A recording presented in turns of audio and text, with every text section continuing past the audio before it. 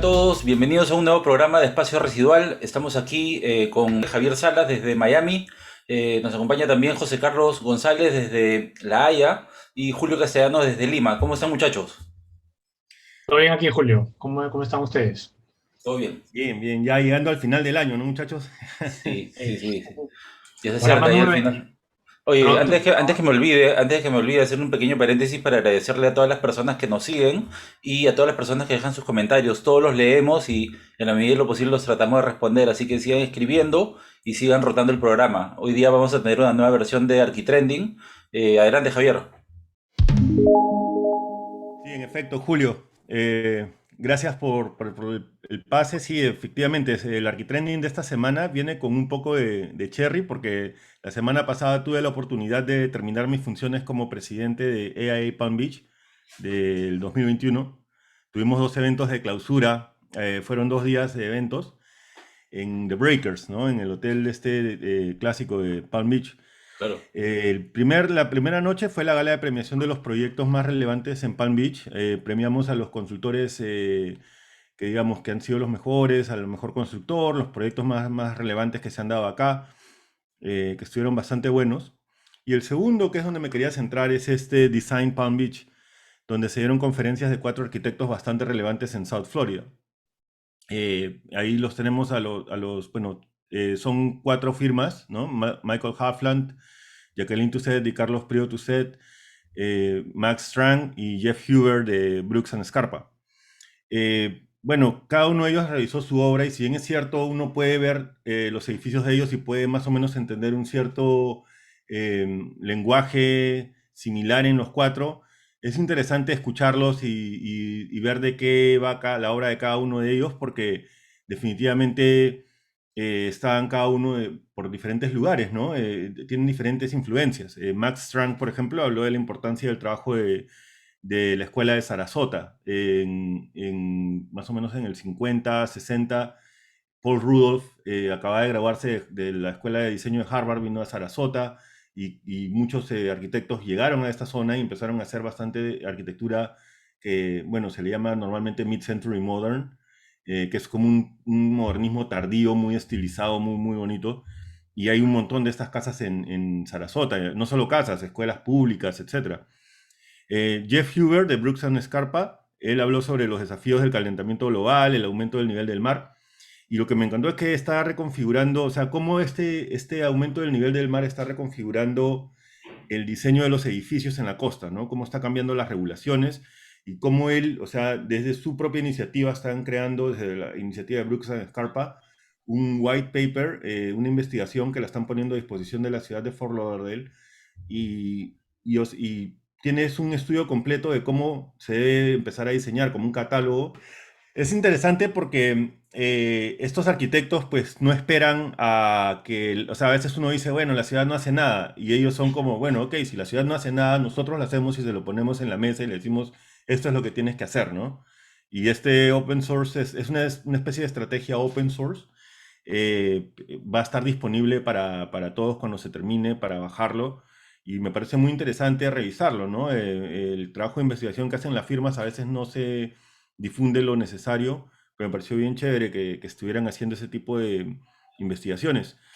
Jacqueline González y Carlos Priego Tusset de Tusset Studio también tuvieron un trabajo muy notable, muy riguroso, con las tipologías escondidas en Miami, tanto a nivel de planta, de distribución de los espacios, pero sobre todo la investigación en los materiales que se usan en Miami desde toda esta época, ¿no? Ellos han hecho varios proyectos en Lincoln Road y cada uno de ellos ha sido pues básicamente un trabajo no parece, pero hay un trabajo detrás de historicismo, si se quiere. Pero la conferencia que más me agradó y la dejé para el último es la de Michael Halfland, de Halfland and Pichet, que de verdad este arquitecto, pues sí, se las trae, ¿no? O sea, no queda solamente en el trabajo de diseño, que como ustedes pueden estar apreciando ahorita es súper notable, pero cómo él piensa la práctica. Él es un developer, o sea, él mismo está impulsando ciertas obras por él mismo. Él empezó haciendo diseño y construcción al mismo tiempo, o sea, él diseña y construye. Él nos mostraba casi toda la conferencia fue presentarnos correcciones que él ha hecho a sus contratos a lo largo de los años, que incluían cosas como, por ejemplo, voy a contar una chiquita, que él cuando hace un contrato con un cliente le pone al cliente de que en caso el cliente venda el proyecto antes de construirse, antes de terminarse, le tendrá que retribuir a él 5% del costo del proyecto. Y él dice que la mayoría de clientes, cuando lo ven, dicen, ah, bueno, nunca voy a vender este proyecto, o sea, no le dan mucha bola, nunca lo ponen, pero que es una gran herramienta para renegociar cuando él vende el proyecto, porque dice que eso es algo muy frecuente entre los developers, que empiezan a hacer un proyecto y en un punto dicen, viene otro developer más grande y dice, no, yo te lo compro, y él usa ese 5% para negociar con el siguiente developer para que lo contrate a él. Es como decirle, oye, acá hay un arquitecto que ya te bajó 5%, ¿no? Entonces, tenía bastantes ese tipo de cosas, contó muchas anécdotas de cómo negoció su propia oficina a costo de construcción, etcétera, etcétera, que de verdad me pareció bastante relevante, ¿no? Me gusta mucho, él habló mucho de eso, de que él cuando veía que la ciudad no lo dejaba hacer algo, él iba a la ciudad y le decía, este es el cambio que tienen que hacer, y ya llevaba toda la regulación, ya había contratado a un abogado para que revise todas las regulaciones y vea si hay coherencia, y de verdad que me quedé gratamente impresionado por esta actitud proactiva de todos estos arquitectos, ¿no? Pero el tema en común al final de los cuatro siempre fue el aumento del nivel del mar, que es el desafío más grande que vamos a tener en los próximos años aquí en Florida. So, Que es bueno, algo, eso fue lo que pasó. no, que digo que ya que hablas de eso, es algo que por supuesto nos compete mucho aquí nosotros en los que vivimos en los Países Bajos, ¿no? El tema del aumento del nivel del mar es algo que se discute también y que hasta ahora se ha venido controlando, porque ustedes sabrán que buena parte del territorio holandés está bajo el nivel del mar, ¿no? Que ha sido terreno que se ha ganado el mar y es todo en base a diques y se toma en consideración que puede haber un nivel del aumento del mar, pero hasta cierto punto, ¿no? Entonces también se están viendo qué opciones se pueden hacer para contrarrestarlo, ¿no? ¿En qué medidas en concreto se están tomando allá en Florida, al respecto, Javier? Sí, José, buena pregunta. En realidad es incluso un poco más complicado que en Holanda, ¿no? Porque mucha gente viene acá y dice, oye, pero mira, los holandeses históricamente han conquistado la costa y el agua no entra. El problema es que nosotros en Florida estamos en un coral. Tú pones diques y el agua va a entrar por abajo. O sea, es el water table, le decimos nosotros, es el agua subterránea que empieza a subir, ¿no? Porque esto es como una esponja. Es un piso, el suelo es como un coral. Entonces, o sea, claro, la estrategia de poner diques para nosotros no nos funciona. Funciona hasta cierto punto, ¿no? O sea, ponerlos estos, pero obviamente se prevé que al final esto termine siendo como una extensión de los cayos, ¿no? De Key West, Key Biscayne, toda esa zona que son varias islitas y que están unidas por carreteras y que, bueno, lo primero obviamente es cómo pensamos nuestras ciudades diferentes, ¿no? ¿Qué estrategias hay? Ellos hablaban habían cuatro estrategias que me parece que eran, se decían, no hay otra forma que hacer acá, ¿no? Adaptarse, abandonar, y no recuerdo las otras dos, pero eran de ese tipo, ¿no? O sea, como no va a quedar mucho margen para maniobra, ¿no? Porque si sube el agua, pues estamos hechos. Y otra cosa que ellos también conversaban es que a veces uno piensa en, uy, se va a meter el agua a mi casa, ¿no? Y no estás pensando que la vegetación va a morir. Como te decía, el agua subterránea va a empezar a subir y eso va a cambiar la fauna, la flora que existe acá en Florida. Va a haber escasez de agua potable. Nosotros tenemos un gran dique que es el Lake Okeechobee, una gran fuente de agua potable.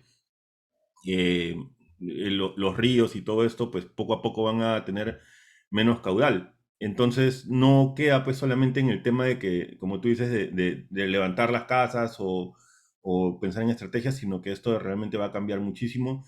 Y también lo otro es que lo que me dio mucho gusto es que ellos cuantifican en millones de dólares, billones de dólares, lo que se va a perder, ¿no? La cantidad de propiedades que se van a perder, la cantidad de viviendas que se van a perder, como un poco para decir, a veces uno no quiere hacer el gasto a priori y dices, no, mejor esto, o sea, no tenemos plata para hacer esto, pero cuando tú te pones a pensar que igual lo vas a gastar y vas a gastar 10 veces más, entonces sí dices, bueno, hay que destinar un fondo gigante para este tipo de cosas, ¿no?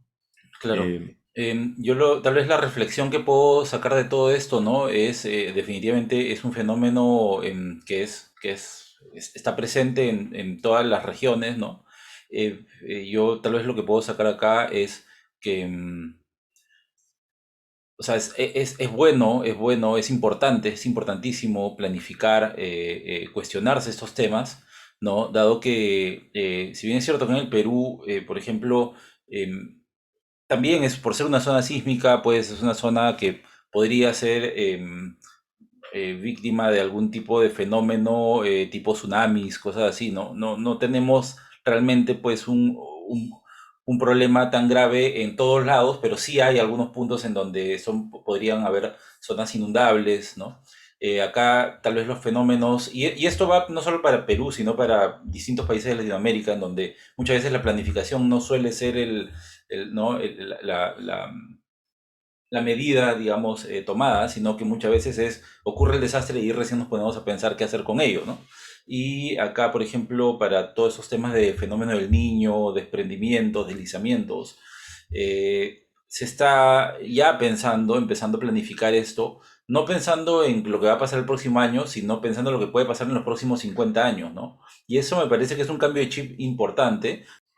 Sí, en efecto, Julio, como dices, esto va un poco más allá de solamente el problema de que crezca el agua, pero yo quería quedarme con una cosa que, para cerrar mi architrending, y es la importancia de los colegios profesionales, ¿no? En el caso de nosotros es el American Institute of Architecture, pero es un trabajo bien arduo, voluntario, uno no recibe un pago por esto, y hay muchas personas, muchos arquitectos, líderes realmente que están realmente sudando la gota ahí, yendo al, al Senado de acá de Florida, peleando constantemente por nuestros derechos y también publicando constantemente investigaciones sobre, no solo sobre el crecimiento del agua, también sobre temas como la inclusión y el racismo y la equidad en el trabajo o todo tipo de temas que sean relevantes. El AIA está ahí. De hecho, cuando empezó el COVID, por ejemplo, y Trump sacó las leyes de apoyo a los pequeños negocios, el AIA publicaba pues una guía básica de cómo los arquitectos debían presentar sus trámites para este tipo de cosas y da asesoría y ese tipo de cosas. Eso es algo que a veces me parece, o sea, veo que no sé cómo estará allá en Perú ahorita, tú nos dirás, pero me parece que es algo muy importante, ¿no? Que tengamos nosotros una voz y la única forma de tener esta voz es justamente asociándonos, juntándonos y teniendo a alguien que abogue por nuestros derechos, ¿no? Nada, pues si este ha sido nuestro Architrending de hoy, ya sabes, si puedes dejar quieres dejar algún comentario o algo, siempre puedes usar el hashtag Architrending. Hola a todos, estamos de regreso aquí. Hoy tenemos un gran invitado. Tenemos al arquitecto Matías Di Frena, justamente de la oficina Di Frena Arquitectos, que está ubicada en Colima, México. Eh, Matías en realidad pese a ser un arquitecto muy joven, como lo pueden ver, ¿no? Yo imagino, ya nos dirás tu edad si te parece, pero imagino que debe estar en el rango de los 30 años, ¿no? Y con esa juventud, digamos, tienes una muy buena cantidad de obras entre construidas y diseñadas en distintos lugares. Ya nos vas a contar un poquito acerca de eso. Recientemente has recibido el premio Coparmex, ¿no? Y además has publicado en distintos medios como ArchDaily o Dicen o en varios otros que ya nos explicarás un poquito. Hola Matías, ¿cómo estás? Hola, mucho gusto, Julio. Muy bien, ¿y tú? No, Todo muy sí, bien. como comentas, tengo 33 años actualmente. La oficina realmente es joven. Saliendo de la carrera la iniciamos. Tenemos 7 años desde que iniciamos la oficina, ¿no? Ujú. Claro, claro, Excelente. es sorprendente, ¿no? Pues sí, la Ya. verdad, no, sí ha sido una gran cantidad de obras, de trabajo, de estrés, de tiempo, días sin dormir, fines de semana, porque la verdad la cantidad creo que para estos años sí es relativamente grande de tanto de diseño como de construcción. ¿Y tú construyes tú mismo tus obras o trabajas con algunos constructores o cómo es que has encontrado este nicho residencial que se ve que va bastante bien? Sí, todo nace a partir de una remodelación. Yo la verdad no soy del estado de Colima, vengo del centro del país, cerca de la Ciudad de México, de Cuernavaca, Morelos, y me cae saliendo de la carrera, me cae una remodelación, la oportunidad de una remodelación, y pues veo un nicho de oportunidad en el estado, tratando de meter una arquitectura tal vez distinta a lo que se veía aquí, y lo que pega bastante bien, ¿no? En el estado de Colima empiezo a meter mucho este tema del concreto aparente, el hormigón, con eso arranqué, pero las vigas de acero, todo esto, que una arquitectura como muy natural, ¿no? De muchos elementos naturales, piedra, madera, casi siempre elementos naturales, y en eso, como vi la oportunidad de meter materiales nuevos, arranqué a hacer cada obra. Realmente el principio de la oficina es que cada obra es casi con diferente. Experimentamos con muchos materiales, y lo pueden ver en nuestras obras. Tenemos concreto aparente gris, beige, negro, tenemos de tabique, tenemos de tierra compactada, y todo esto, ¿no? Entonces, sí veo una oportunidad en el estado de Colima, y es por eso que nos venimos para acá, ¿no? Sí, en efecto, ¿verdad? Eso se ve bastante. El manejo que tienes del concreto, pues es muy, muy bueno, ¿no? Las texturas que creas y todo ese tipo de cosas. Pero para eso iba, tú trabajas con algunos contratistas, porque ese es, Sí, creo, uno de los desafíos que a veces tenemos, ¿no? Tenemos una idea claro, y genial. me fui un poco más de la pregunta, fuera de la pregunta. Nosotros construimos todo lo que es en el estado de Colima, lo construimos nosotros directamente, somos constructora también, pero también tenemos como el apartado de diseño nada más, y dentro de muchos estados de la República diseñamos nada más y conseguimos constructores en los otros estados, o el mismo cliente nada más nos compra el diseño y nosotros supervisamos de vez en cuando, unas 4 o 5 veces en el transcurso de la obra. Supervisamos al constructor del otro estado, ¿no? Ya que es imposible construir en varias zonas del país, ¿no? Y pues Claro. últimamente nos cayeron 2 proyectos fuera de México también, que ahí ya estamos también un poquito tratando de salir de México, ¿no? Claro, y las obras que tú tienes, entiendo que la mayoría están en Colima y en los alrededores, pero también tienes en otras zonas de México, ¿no? Sí, tenemos, ahorita estamos, bueno, ahí tengo un mapita, ahorita no recuerdo exactamente, pero tenemos desde Cancún, Tulum, que es la parte sur, ¿no? Tenemos en el estado, en la Ciudad de México, en el Estado de México, en Hidalgo, en Jalisco, Guadalajara, tenemos en Pachuca, Hidalgo, o sea, en varios estados. Yo creo que tenemos obra más o menos en 9 o 10 estados más o menos por el momento, ¿no? Ahora, hay un tema que a mí me parece interesante, que lo he visto en las reseñas de tus obras y se ve además, ¿no? Se evidencia, ya lo has mencionado también, y es que en ese manejo del material, en ese manejo en esa expresión, ¿no? Que logran tus obras, ¿no? Se evidencia mucho de esa marca México, ¿no? O sea, hay una marca país que conlleva toda esta mano de obra, todos estos temas que se entienden como semi-artesanales, ¿no? Estos procesos que involucran mucho la mano del mexicano, digamos, ¿no? Históricamente cómo han venido trabajando, relacionándose con el material, con la piedra, con una serie de elementos, y eso se ve ahí, ¿no? Hay esa búsqueda, entiendo yo. Me da muchísimo gusto escuchar eso, Julio, y que de alguna manera se marque, ¿no? Porque a final de cuentas es un orgullo también, ¿no? De sentir que tal vez esa arquitectura ustedes lo pueden ver de esta manera, ¿no? Tal vez en México a veces no vemos esa parte, pero sí, definitivamente, pues tratamos en general en nuestras obras, si lo ves, tenemos pocos recubrimientos tal vez de fábrica, ¿no? Comprados. Siempre ha sido de la idea de meter mano artesanal, como tú lo dices. Trato de aprovechar lo máximo de la mano artesanal que tenemos en México, que es muy buena, como en el resto de toda América, realmente de Centroamérica y Sudamérica, que en otros países a veces es muy complicado de hacer, ¿no? Por los costos y porque ya no hay tal vez esa tradición, ¿no? Entonces tratamos de seguir haciendo, en vez de aluminio, a veces la cancelería de herrería, el herrero fino que hace las cosas, el carpintero, ebanista que detalla, el que coloca la piedra, ¿no? Entonces sí tratamos de aprovechar, y también tratamos de hacerlo así para tener, sobre todo, dar el trabajo a la gente tal vez de Colima, no tanto a las empresas grandes. Si me explico, en vez de comprar un recubrimiento en una tienda, el porcelanato, tratamos de ir con el piedrero, ¿no? Entonces, esa es la ideología un poco de nuestro despacho. No, excelente. Es verdad, porque de hecho el modernismo, pues, bueno, acá al menos en Estados Unidos siempre se le ve como, se le tilda de un poco frío, y creo que con un poco de razón, porque cuando a veces ves las obras europeas, ves unas casas que son espectaculares, pero uno se pregunta si uno realmente podría vivir ahí, ¿no?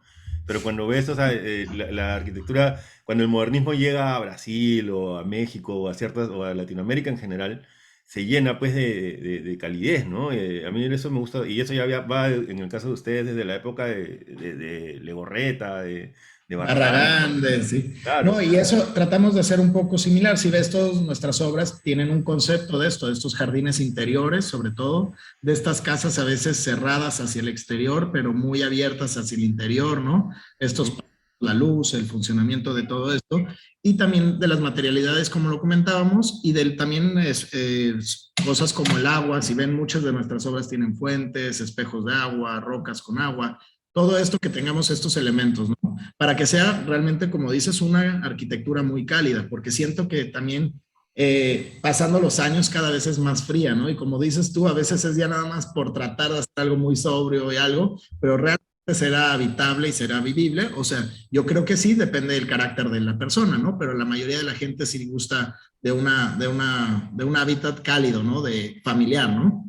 claro, claro, sí, en efecto, o sea, uno de tus casas o las de uno de estos arquitectos brasileros o Isai Sí. Weinfeld, y lo último que vas a decir es frío, ¿no? Es más bien muy cálido, es muy, o sea, la madera a veces la ponen ustedes como que se ve como fuego, ¿no? O sea, es... Y, y es que hay una diferencia muy grande, como dices, tal vez a veces en Europa ves mucha obra tal vez de concreto, pero a veces falta la calidez tal vez de la vegetación y de las maderas cálidas, ¿no? Y lo mismo en Brasil, ¿no? Estas casas, como dices, son a veces de elementos muy fríos, pero rompen con elementos muy cálidos, ¿no? Entonces, creo que eso es lo que intentamos hacer y a final de cuentas tratamos de seguir una línea y un concepto. Nuestro concepto son estas volumetrías grandes, estos espacios muy largos, que se hagan ver tirones muy alargados y casas muy abiertas, pero tratando de incorporar siempre materiales nuevos que se relacionen bien. O sea, si vas a escoger tabique, es complicado que la madera combine bien con el tabique. Y esto es el trabajo que tratamos de tener mucho detrás de todo esto, ¿no? Claro, claro, en efecto. Dime, y una consulta, y la oficina que tú tienes, más o menos, ¿qué tan grande es o con cuánto personal trabajas?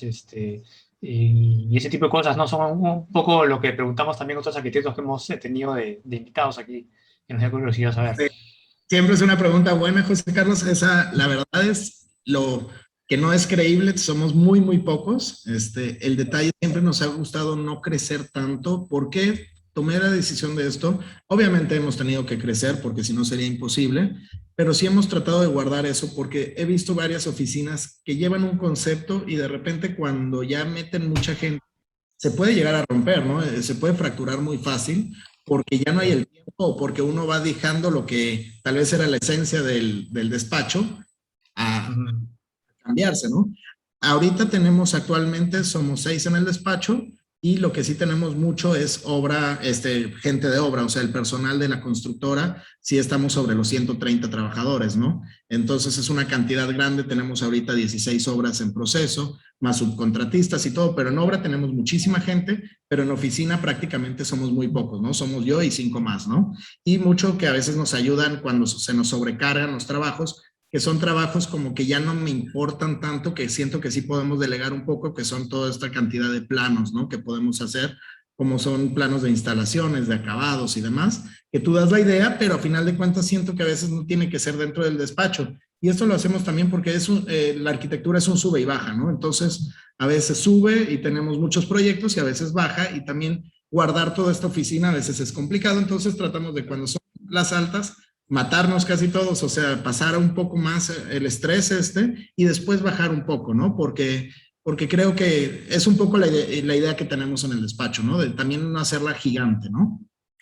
Sí, creo que hay como un umbral, ¿no? Un límite ahí cuando, o sea, tienes, digamos, o sea, hay oficinas que son de 1 a 3 personas, que es básicamente uno solo trabajando con de repente 2 personas ayudando, de ahí pasas al 5 o 6, y de ahí te vas, o sea, ya pasar de eso ya pasas como a 20, ¿no? Porque ya tendrías que tener asociados y gente que está, ¿no? Uno que se encargue de la parte financiera, uno que se encargue del marketing.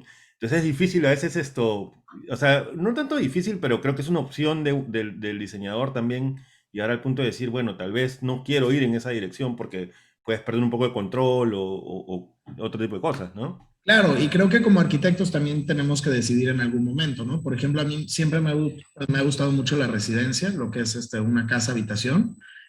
Muchas veces hemos tenido oportunidades de manejar líneas de cadenas de restaurantes, por ejemplo, también un poquito más al área de hospitales o cosas así, tuvimos oportunidades y todo, pero nunca ha sido mi idea por lo mismo, ¿no? De que no me gustaría como quitar esa esencia. A final de cuentas, como dices, si ya tienes mucho trabajo, ya no puedes ver cada proyecto con cada dibujante, con cada encargado principal de ese proyecto, ¿no? Tienes que ver pues directamente con una persona, que esa persona va a revisar a los otros, entonces tú ya no estás tan involucrado dentro de eso, ¿no? Y eso es lo que he querido, que sí me gusta mucho involucrarme en la parte del diseño, que es a final de cuentas lo que más me gusta, ¿no? Sí, qué Claro. bueno, qué bueno. Yo quería, perdón, Javier, yo quería hacerte una consulta porque me parece muy interesante lo que cuentas, ¿no? Esas experiencias, creo que algunos las vivimos acá también en el Perú o en otros países de Latinoamérica, ¿no? Es a veces un reto eso, ¿no? De crezco o no crezco, es una disyuntiva, una decisión difícil de tomar, ¿no? Y a veces lo más sensato es no crecer tanto para justamente poder controlar y llegar a el nivel de personalización, ¿no? Lo hemos hablado ya, me parece que también en algún otro programa con Javier y con José Carlos. Ahora, a mí me parece alucinante cómo tú has logrado publicar tanto en medios digitales, ¿no? Porque si bien antes pues tenías que esperarte a la revista del mes para ver la obra de un arquitecto, ahora pues yo entro a ArcDaily y encuentro 10 proyectos tuyos, todos muy buenos, ¿no? Y eso es propio pues de un arquitecto de tu generación, porque probablemente, más que de la mía, ¿no? O sea, sí es verdad que nosotros también hemos publicado algunas cosas ahí, ¿no? Yo creo que las nuevas generaciones entienden estos medios como un medio mucho más rápido, mucho más dinámico, ¿no? Las redes sociales, Instagram y una serie de elementos que tienen mucho más impacto y llegan a más gente además, ¿no? Claro, ¿no? Y a final de cuentas son oportunidades siempre, ¿no? Cada uno de estos proyectos que suben. A final de cuentas, por ejemplo, ArcDaily, a mí se me hace la plataforma más impresionante de todo el mundo de arquitectura, por lo mismo, por la cantidad que tienen, pero siguen guardando una calidad, ¿no? Y eso me gusta, que no aceptan cualquier proyecto, ¿no? Porque hay otras veces, otras plataformas que aceptan todo y también se empieza a hacer raro, ¿no? O sea, creo que siempre escogen cosas que al menos algo especial van a tener o algo diferente, ¿no? Entonces, de lo que puedes aprender y aprender. Entonces, yo sí le he sacado mucho provecho a las redes sociales y a todo. Cada vez es más fácil, es una realidad, porque todas estas páginas, pues ahorita, por ejemplo, ArcDaily ya me sigue, ¿no? O sea, me sigue a mi cuenta directa. Entonces, ellos mismos a veces preguntan, antes sí era como mandarla o tratar de meterte en ellas. Y pues obviamente nunca, siempre no hay nada más bonito que cuando salen impresas. A final de cuentas eso me encanta, ¿no? Y es mucho más complicado normalmente cuando sale impresa. Pero yo sí lo he visto desde el inicio. La primera obra que hice, dije, pues vamos a ver, voy a mandarla a Arc Daily y a tantas revistas como yo quería, ¿no? O sea, o que pudiera, todas las que me aceptaban. Entonces yo dije, pues casi va a ser imposible que la acepten, y en eso nos cae la noticia que se publica la primera en Arc Daily. Y eso te da pues una apertura grandísima, ¿no? Porque de Arc Daily es una difusión que de Arc Daily pasa a casi todas las otras revistas, o todas las otras revistas lo ven y empiezan a publicar. Entonces, eso es lo bonito también, que ahorita a veces te sigue llegando, hay obras que terminamos hace 5 años y nos siguen de repente llegando notificación de que te etiquetaron en Instagram otra vez, de que ya otra vez salió, o sea, cuando saca esa, otra vez o sea, como que otra vez hay una expansión, ¿no? Entonces, gracias a esto hemos podido tener proyectos fuera de Colima, fuera de México ahora con estas oportunidades. Por ejemplo, la de Ecuador nos cayó publicaron unas casas nuestras en la revista Domus de Ecuador, y de ahí nos cayó el proyecto de Ecuador, ¿no? Así platicamos. Y por ejemplo, el de Miami nos cayó porque nos vio en Instagram, no sé cómo, pero cayó, ¿no? Y Claro. así se va viendo. Me Oye, parece todo buenísimo lo que nos has contado. Ahora los invitamos a una pequeña pausa para seguir conversando con Matías y Freno.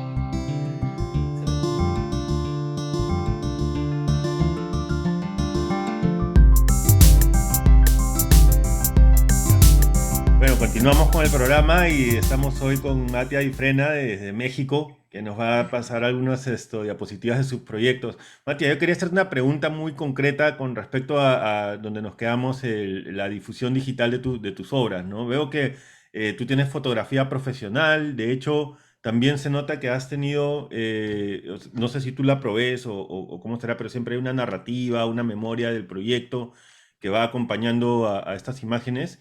Y bueno, quería preguntarte si, ¿cómo haces con eso? O sea, tú mismo tomas las fotos, contratas a un equipo, de hecho tu website también está bastante bien trabajada. ¿Cómo haces la parte de marketing digital en resumen?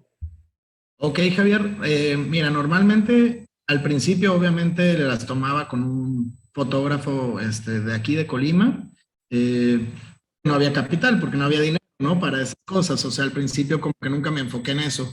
Y ya después empecé a traer fotógrafos diferentes de arquitectura directamente, fotógrafos de arquitectura. Y que vemos nosotros, que le vemos algo, porque también hay mucha obra que tal vez ustedes no ven, ¿no? Realmente las que nos interesan, sí traemos a hacer un estudio fotográfico y hemos trabajado con muchos fotógrafos diferentes como Oscar Hernández, Onis Luke, Lorena Darquia, varios fotógrafos y de aquí ya empezamos a tener esa sesión completa que muchas veces fotos también nos toman más completa, muchas a veces las descartamos para los medios, ¿no? Las cosas que a veces no nos interesan tanto mostrar, queremos mostrar más la esencia del proyecto. Y de la narrativa, prácticamente siempre la hacemos trato de hacerla yo con el cliente, o sea, preguntarle con el cliente también cómo ven la casa y demás, o sea, una parte como vista de arquitecto y otra del cliente, y sí tenemos una persona que nos ayuda a hacer esta narrativa, o sea, a escribirla bien, ¿no? A completarla. Claro, incluso la traduces, ¿no? Creo que casi siempre la tienes en inglés y en español. Sí, y tal vez a veces en portugués también por ArcDaily Brasil, algo así, porque a veces se mete a la de México o ArcDaily Global y de repente te llega el correo que también la quieren publicar en Brasil, ¿no? Entonces, ahí a veces nada más pues ya hacemos el traductor o la misma persona nos ayuda casi siempre en hacerlo en español y en inglés y ya la de portugués realmente la trasladamos en uno de estos programas que hay aquí en internet. Bueno, cuéntanos un poquito de las imágenes que nos estás mostrando, que se ven muy, muy interesantes. Bueno, más o menos les voy a platicar. Me habían comentado de algo de nuestro proyecto. Y preferiría rápido mostrarles un poco el concepto de la idea de lo que es, como para ver la diferencia de la arquitectura, que no somos un despacho que hace pura arquitectura a veces blanca, o pura arquitectura de tierra compactada, como hay muchos despachos, ¿no? Estas imágenes son de la primera obra que construimos aquí en Colima, en donde lo que quiero mostrar es que en ese tiempo, que parece una locura, hace 6, 7 años, al ser un estado chico, no había este tipo de obras de puro concreto de hormigón armado. Entonces, al llegar yo, lo que hicimos fue romper, pues yo no tenía ni idea que era algo tan nuevo, porque yo no conocía Colima, pero hicimos todo este monolito de concreto aparente, y de hormigón armado, que realmente fue el inicio a toda nuestra obra, ¿no? Y lo que me gusta mostrar de esto es algo de la arquitectura mexicana que platicábamos, como de cuentas es una casa que abraza el juego de luces y sombras que podemos ver, el juego de volúmenes, y al final yo creo que fue el inicio de nuestra obra, de que experimentáramos y abriéramos las puertas de una arquitectura nueva en el estado, ¿no? Al final estas fotos, pues platicando también del otro tema, son fotos que yo tomé todavía con el celular, es una casa que nunca le pude sacar la sesión de fotos al final de cuentas, y fue nuestra primer casa o mi primer casa realmente en todo el estado, ¿no? Entonces, pasa un poco con la segunda oportunidad que hacemos esta casa, como son volúmenes cerrados hacia el exterior y abre hacia el interior. Todo esto por fachada sur, por donde pega el sol, por un estudio también que hay de vientos dominantes, del asoleamiento y demás. Pero lo que quiero explicar un poco es que siguen siendo estas volumetrías grandes e imponentes, en donde podemos ver el volcán y cómo se orienta toda la casa hacia el volcán de Colima. Claro, una pregunta breve. Yo veo acá, por ejemplo, que la casa se trabaja a 4 fachadas, ¿no? Es decir, guardas retiros con los retiros laterales, digamos, con el lote o el solar de al lado, ¿no? ¿Eso es, digamos, común en México o a veces estás apretado entre propiedades? ¿Eso cómo se...? Es común en fraccionamientos, en lugares cerrados, es muy común, es prácticamente que casi en todas, pero en general, afuera de México sí es como cerrado, ¿no? Es tus fachadas, y estas la verdad son oportunidades grandes porque tenemos pues las 4 fachadas que pocas veces podemos Claro. tener, ¿no? Así es, sí, sí, sí. En Enriquece este bastante plano, la obra. Exactamente. Y mostramos un poco en este plano también cómo lo que comentabas, ¿no? Nuevamente de la arquitectura mexicana, estos patios, el cómo se encierra hacia afuera, pero abre hacia el interior. Correcto. Fachada nuevamente, aquí hicimos otra práctica de otro tipo de piedra con otro tipo de concreto, con concreto en placas, pero que a final de cuentas es una casa muy cerrada hacia el exterior de nuevo, ¿no? Que es la fachada trasera y fachada delantera. Y muestro un poquito también la parte otra vez de otra casa, el sistema, cómo no es una casa, que eso prácticamente en todas las casas que tenemos, sean con dos muros colindantes o algo, siempre tratamos de hacer estos patios interiores, o como esta casa, al ser una casa en esquina, es muy cerrada, ahorita la vamos a ver, aunque se da muy abierta, se cierra con estos volúmenes de piedra. Esta es la obra en su momento, en donde metimos mucho, pero como al final de cuentas, siendo una esquina, se encierra completamente en casa, se ve ¿cómo se dice? Un ambiente interior, aunque esté muy abierta la casa, está completamente cubierta, ¿no?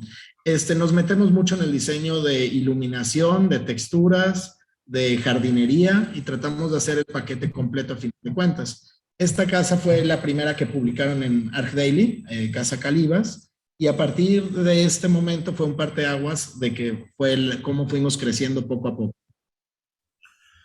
Ahí creo que una de las grandes ventajas de trabajar esa iluminación es que la piedra, al tener esa textura, ¿no? Irregular, se genera pues un efecto muy dramático y muy interesante, ¿no? Sí, y sucede lo mismo con el concreto aparente, ¿no? Que este concreto aparente, si lo vemos en la parte de arriba, Ajá. es este que tiene el enduelado y también hace ese efecto de texturas y demás. Y a final de cuentas, las sombras de los árboles también ayudan muchísimo, ¿no? A dar unos efectos interesantes. Y de la misma vegetación, como lo podemos ver pues en la iluminación, y estos, al final de cuentas, por ser tan limpios, se vuelven como mamparas, ¿no? Como pantallas, ¿no? Este es el interior, como podemos ver más, una casa muy abierta, pero que se cierra. Y que por el exterior realmente tú la ves muy cerrada. Entonces, es el resultado final. Es la primera obra que también hago con estudio fotográfico, de las otras preguntas que me comentas, con ya un fotógrafo profesional, en donde también se ve la calidad que es pues ayuda muchísimo, ¿no? A la arquitectura a tomar estos ángulos buenos y que no se distorsionen estos ángulos. Matías, una pregunta. ¿Los elementos paisajísticos generalmente los trabajas tú mismo? ¿Tratas de utilizar especies de la zona? ¿Cómo lo manejas eso? A mí en general me gusta mucho como la vegetación que se vea como muy natural, como casi que estuviera en el sitio, ¿no? Entonces, nunca hacemos casi estos jardines perfectos que están como todas las plantas iguales, o sea, o en escalas, siempre es como muy aventado, lo podemos ver en la foto justo acá. Entonces, me gusta usar mucho la vegetación de la zona porque creo que es la que queda. A veces se me hace rarísimo cuando meten, y hay mucho aquí en Colima, es una zona de palma y zona cálida, y de repente a las casas les encanta poner pinos, ¿no? Entonces digo, ¿qué tiene que ver un pino en esta zona, ¿no? Hasta desentona. Sí, claro. Entonces, tratamos de hacer esto. Me apoya un ingeniero que tiene varios viveros aquí, que tiene todos los viveros más grandes de Colima, que trae plantas de todo México. Él me ayuda en darle forma a todo, y a mí me gusta mucho trazar. La verdad es que sé algo de plantas por mi mamá, que siempre le gustó mucho esta parte de las plantas. Entonces, y de los años que he estado aprendiendo y sigo aprendiendo esto, pero sí ayuda a que entre él y yo vemos en los viveros qué plantas, nos damos un recorrido y le digo, llévate un puño de estos, llévate un puño de estos, y empezamos a trazar curvas, pero no hacemos un plano en general tal cual de esto. Como es algo muy orgánico, lo Ajá. metemos muy directo así, ¿no? Claro, claro.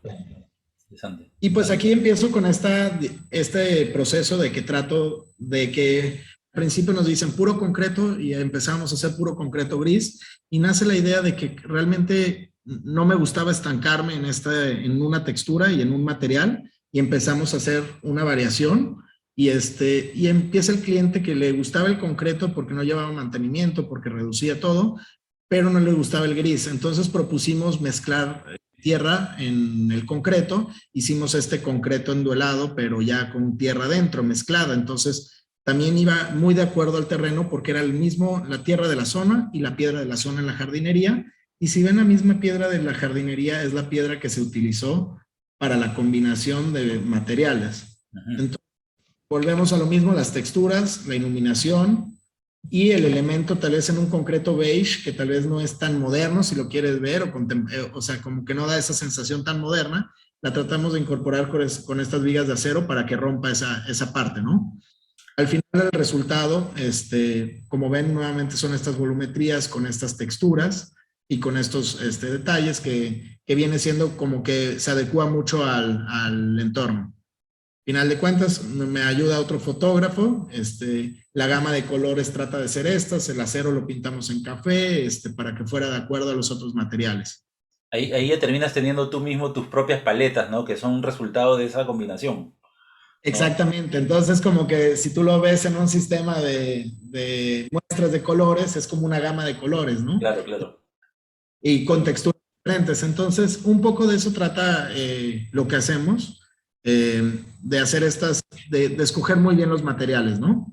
Y bueno, esto es un premio que ganamos por esta casa, pero vuelvo a lo mismo, que es otra vez un sistema envuelto en el que rompemos, y acá ven la diferencia tal vez de arquitectura entre el concreto gris, el concreto beige, y aquí rompemos con una de las típicas celosías mexicanas, pero en una casa completamente moderna, ¿no? Que tal vez se tiene la sensación de que esta celosía es antigua o era antigua, se usaba mucho en las costas de Colima, y reutilizamos esta de una construcción vieja y la hicimos como perderse dentro. A veces parece hasta como si fuera hecha de metal o de láser, ¿no? Y la idea es esto de lo que platicábamos en un inicio de la conversación, de que la mano de obra logra ser, la buena mano de obra artesanal logra hacer esto, ¿no? Al final de cuentas se difuminó con la misma pasta, se detalló, se trabajó, y son unas celosías que miden, que no son hechas en placa, que sí, es como un tabique, ¿no? Grande y grueso, que tiene unos 15, 20 centímetros de espesor, y que al final se trata de dejar estos volúmenes limpios, en donde al final son muros blancos, sencillos, con esta celosía rescatada y con una piedra de la zona en gris clarito, ¿no? Increíble. Respetamos la vegetación, el árbol que está en el interior, que se ve en el patio interior. La gama de colores cambia drásticamente a ser blancos, a ser texturas. La mampara de día es completamente una fachada cerrada, pero si lo ven en la recámara que tenemos abajo, en la recámara de acá, se ve que esta prácticamente es esta celosía. La recámara tiene una privacidad completa, pero por dentro es una recámara completamente iluminada y limpia, ¿no? Entonces, de noche se hace una mampara de luz muy especial, tiene unos efectos muy bonitos gracias a esta celosía. Muy, muy bueno, de verdad. Y pues aquí es una comparativa que me gusta mucho, que nos tocó hacer 3 casas prácticamente vecinas. Una era Casa Calivas, que es la de concreto con las vigas, es del dueño de las estructuras de metal, de la empresa más grande de estructura de metal, por eso tratamos de darle un concepto muy grande así. La de al lado estaba en construcción en ese momento, que ahorita se las muestro, y la de enfrente era Casa La Blanca. Entonces son 3 casas que obviamente se parecen en sus volumetrías, en su juego de volúmenes, porque en las volumetrías no tanto, más bien en el juego de volúmenes, porque es nuestro concepto, el cómo se ven a veces elementos muy pesados en planta alta y elementos muy ligeros en planta baja. Entonces tenemos Casa Calivas, Casa La Blanca y Casa Mao, que estaba en construcción en ese momento, que es completamente una gama en concreto negro con tabique rojo. Ahí me imagino que hay un reto adicional porque muchas veces los propietarios pues quieren tener siempre la mejor casa, ¿no? Entonces, ¿a quién le digo que la suya es la mejor? No, y por ejemplo, al vecino de acá no le gustaba, pero para nada, la tenía que ver todos los días y no le gustaba esta, porque decía que como esta celosía vieja y que no sé qué, y nunca le gustó la casa, ¿no? Pero le encantaba la suya, entonces, y estas personas querían blanco, poco mantenimiento, que nada más fuera un color para pintar, ¿no? Claro, Y ya claro. tenemos que hacer algo diferente. Entonces también ha sido algo que por suerte nos ha ido, como que el cliente ha ido mandando, y esto es lo que nos gusta. No somos el despacho que estamos encerrados a hacer un tipo de arquitectura y que si no es así no te lo voy a hacer. Tratamos de realmente romper de realmente darle el gusto al cliente, ¿no? Y de dar algo especial a que se vea que es su casa y que no nada más es un invento nuestro, ¿no?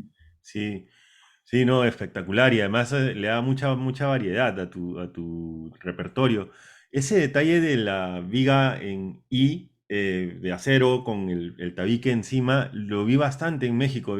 Por alguna razón nunca lo he visto tanto en otros lados como en México, ¿no? Me parece que es un detalle constructivo bien interesante. Porque en sí tu tabique descansa sobre esa viga o es que el tabique está pegado a una losa detrás y la viga es... ¿Cómo es ese? Este, por ejemplo, está encima de la viga, pero el tabique de atrás, los muros normales. A final de cuentas, lo otro es como una piel nada más, ¿no? Es un recubrimiento. Por eso si lo vemos, y igual en otra foto ahorita lo vemos, que el tabique va a hueso, o sea, no se le ve la punta. Entonces se ve limpia. Y algo muy bonito es ver el detalle de las celosías, si se alcanza a ver de la celosía roja ahorita. Ujú, sí. Está hecho con un sistema de tensores que está dentro de los tabiques, entonces también la celosía no tiene una unión de mezcla o de concreto entre tabique y tabique, se ve como si estuviera a hueso, ¿no? Ya, ya. No sé si salga en la presentación el detalle fino, pero si no en Instagram se ve fotos de este o cuando está este proyecto Casamao, se ve fino así el detalle este. Y pues prácticamente con esto muestro otras casas, otra gama de experimentaciones con la casa Calet, que es un volado gigante de 6 metros que hicimos del lado izquierdo con piedra del volcán de Colima, otra gama de cosas, la casa que enseñaba de concreto beige y una casa también con otro estilo de placa y con otro concreto, ¿no? Entonces rompemos como tratamos de hacer, como les decía, y una gama diferente de materiales y de arquitectura que también nos ha abierto mucho la oportunidad a que si a un cliente, por ejemplo, no le gusta una casa, te llega el otro cliente que sí le gusta la otra, ¿no? Entonces ahorita nos caen clientes a veces porque les gusta la casa blanca, otros por la de tabique, otros por la de concreto, otros por de concreto beige. Entonces ya tenemos como más opciones de clientes que nos puedan llegar, ¿no? Sí, Claro. claro. Yo te voy a decir ahora lo que le dije a Marina Vela, que arquitecta peruana que ha hecho obra también en México, que la tuvimos invitada hace poco, ¿no? Te voy a decir algo parecido a ti.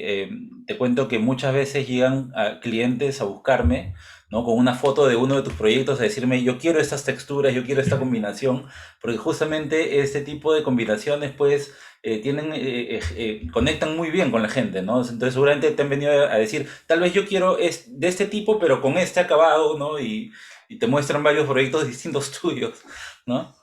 Sí, no, sí nos ha pasado que llegan a veces con fotos nuestras que ni saben que son nuestras, ¿no? Entonces, en general de otros arquitectos, otros despachos que conozco, amigos míos y todo, y está muy interesante porque también esa es la parte bonita, que el cliente también te dé un poquito de apertura, pero también ideas, porque a veces uno se seca, pues de la cabeza se seca el cerebro, y también por la cantidad de trabajo a veces vas como ya haciendo todo como muy parejo y queriendo hacer rápido por sacar y sacar y sacar. Y cuando un cliente te dice eso, pues te para tantito y te pone en tu lugar y hace que explotes tú un poco más el cerebro y tengas un poco más de ideas, ¿no? Es una parte que me encanta poder relacionarme tanto con el cliente y también la primera cita, pues estamos 2, 3 horas en la que a veces con toda la familia, en la que realmente nos metemos mucho a analizarlo y conocerlo, ¿no? Y yo creo que cualquier arquitecto hace esto casi, ¿no? O sea, tú tienes, perdona, tú tienes, la mayoría de clientes ya tiene más o menos una idea de qué es lo que quiere cuando te contactan a ti. Sí, muchas veces ya traen una idea o los voy guiando yo a que tal vez la primera cita es decirles eso, de necesito su terreno, necesito el topográfico, necesito que nos vayan a marcar los árboles, pero también necesito un trabajo grande de ustedes que analicen realmente qué es lo que les gusta en su casa, qué no les gusta y qué materiales les gusta o qué obras de las nuestras les gusta más. Enfóquense mucho y hoy en día que hay tanta información de todos lados, hasta los clientes también tienen fotos de Instagram, de Pinterest, de esto y todo. Y les digo, y nos vemos en unas semanas para analizarlo bien y ahora sí hacer la lista completa, ¿no? Entonces, descargar toda esta información y yo los voy guiando en esa parte. ¿Sabes qué? La alacena en la cocina, siempre quieren un cuarto de alacena para despensa y así, pero también puede ser un mueble así. O sea, todos esos detallitos hasta chicos los vamos analizando desde un inicio, como para que también cuando entregue el proyecto, que entrego muy completo, casi siempre mi primera entrega es un recorrido virtual y renders y todo,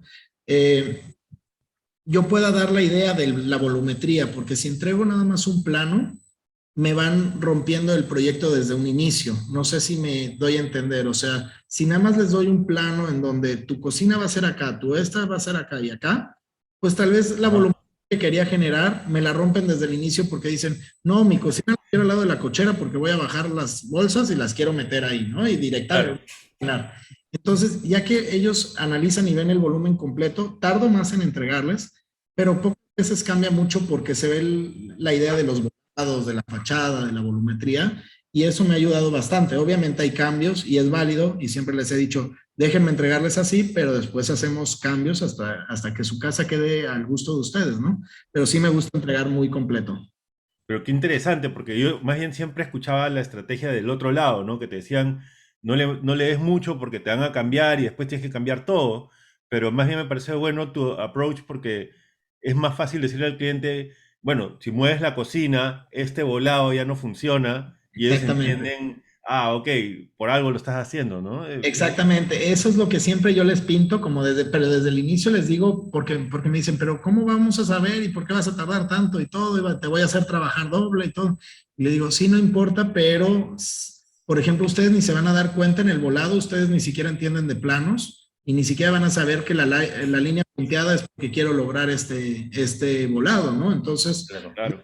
trata un poco, ¿no? Y nos ha funcionado, nos ha funcionado. Hay clientes que sí, como que no pueden entender esta parte y me dicen, entrégame nada más una guía, pero la verdad es que nosotros diseñamos al revés también. Nosotros hacemos una volumetría y de acá, a partir de esta empezamos a zonificar, obviamente con una idea, ¿no? Pero no empezamos a poner la zonificación y de ahí levantamos modelo. O sea, trabajamos las dos cosas juntas. Entonces, a mí no me cuesta nada más, porque me dicen, haz los planos y haz la volumetría después que te vas a tardar mucho. Los planos te vas a tardar 2 semanas y la volumetría vas a tardar otras 8, ¿no? Eso piensa, pero no es así porque la trabajamos a la par, ¿no? Entonces, lo que es más es sacar los renders y hacer meterle muebles, ¿no? A los modelos, ¿no? Entonces, así es como hemos trabajado. Está muy Me bien. aclaré un poco. Está muy bien. Bueno, yo creo que ha sido excelente. Yo creo que el tiempo nos ha ganado. Nos podríamos quedar conversando horas porque en realidad cada casa creo que vemos es más interesante que la anterior y así, Ah. ¿no? Pero bueno, nos ha ganado el tiempo. Yo creo que, no sé si hay algo más que ustedes quieran mencionar, José Carlos o Javier, algo más que le queramos preguntar a Matías. Bueno, me Sí, bueno, gustaría... a mí, Dale, perdona, dale. a mí me pareció muy interesante la última parte, ¿no? O sea, creo que todos los arquitectos que hemos tenido de invitados hemos tenido de distintos tipos de arquitectos, pero creo que ninguno hasta ahora nos ha hablado un poco de la metodología de trabajo, de cómo se afronta la relación con el cliente, el tema del diseño, que pueden haber distintas formas de llevarlo, ¿no? Creo que tú tienes la cosa bastante clara, ¿no? Tienes una metodología bastante clara y que te ha funcionado por lo visto bastante bien. Eso ha sido para mí, por lo menos me ha parecido muy interesante de oír. Sí, yo para agregar solamente que, ¿qué software usas para hacer estos cambios ¿usas Lumion o...? Uso Lumion, bueno, obviamente AutoCAD, arrancamos con AutoCAD, SketchUp y después Lumion. Y a veces si queremos unos renders, si es algo más especial, una fachada de un fraccionamiento, algo más grande, sí la hacemos como más fotorrealista, ¿no? Pero me gusta mucho entregar en Lumion, aunque no sea tan perfecto, pero también estoy en contra de los renders tan perfectos, porque me choca que el render se vea mejor que la realidad, ¿no? Entonces, creo que esta parte siempre me ha gustado que Lumion te da a entender la volumetría, te da a entender muy bien todo, es un muy buen programa y bastante bueno, se sigue viendo un poco caricaturesco, Claro. pero creo que es mejor no mentir, y aparte en Lumion yo puedo sacar 30 renders y entregar 30 renders en el tiempo que hago 2 con alguno diferente, ¿no? Entonces, Totalmente. es interesante porque el cliente le va a dar igual si el render es tan perfecto. A veces te tardas tanto y ni lo analiza, o sea, lo pasan así. Prefieren ver como más volúmenes, más lados y demás, ¿no? Sí, totalmente de acuerdo contigo. Es una buena estrategia. Genial. Mati, de Bueno, verdad, muchas gracias, muy impresionante, de verdad. Dime, ¿tienes alguna foto rapidita del proyecto que estás haciendo acá en Florida? No, acabo de ir hace 2 semanas a conocer la casa. Ya, Está bien interesante, es una casa que está en Coral, ¿cómo se llama? Coral Gables. Coral Gables, y es una casa antigua que está en una loma de coral, que Ya, Ahí se paga el turibús a verla y todo, porque es una de las casas más antiguas, tiene como 100 y cacho años, y la idea es intervenirla sin tumbar los muros de coral. Lo único que se va a quedar es los muros de coral. Es de las últimas fotos que tengo en Instagram, igual y hasta de verla la vas a conocer, o sea, has de haber pasado por ahí, porque se ve mucho, está muy... Y tiene una historia de que ahí mataron una persona muy famosa hace años, y es una casa... historia, entonces es un proyecto muy interesante que estamos arrancando. La idea es entregarlo en enero, febrero. Ajá. Y la persona de allá construye también, entonces él mismo la va a construir. Entonces, pues es un proyecto muy interesante, ¿no? Genial. Excelente, sí, sí. El coral acá pues es clave, de verdad he visto cosas muy, muy bonitas. Buenísimo. Sí. Bueno, a todas las personas que están viendo este programa, los invitamos a que nos sigan en las redes, que sigan a Matia. Vamos a dejar todos sus datos acá en la descripción y denle like a este video, compártanlo, rótenlo. Estamos en todas las plataformas, estamos en YouTube a nivel de video, pero también estamos en las plataformas de podcast, en Spotify, en iBooks, en Apple, en Google, en todas las plataformas, así que síganos.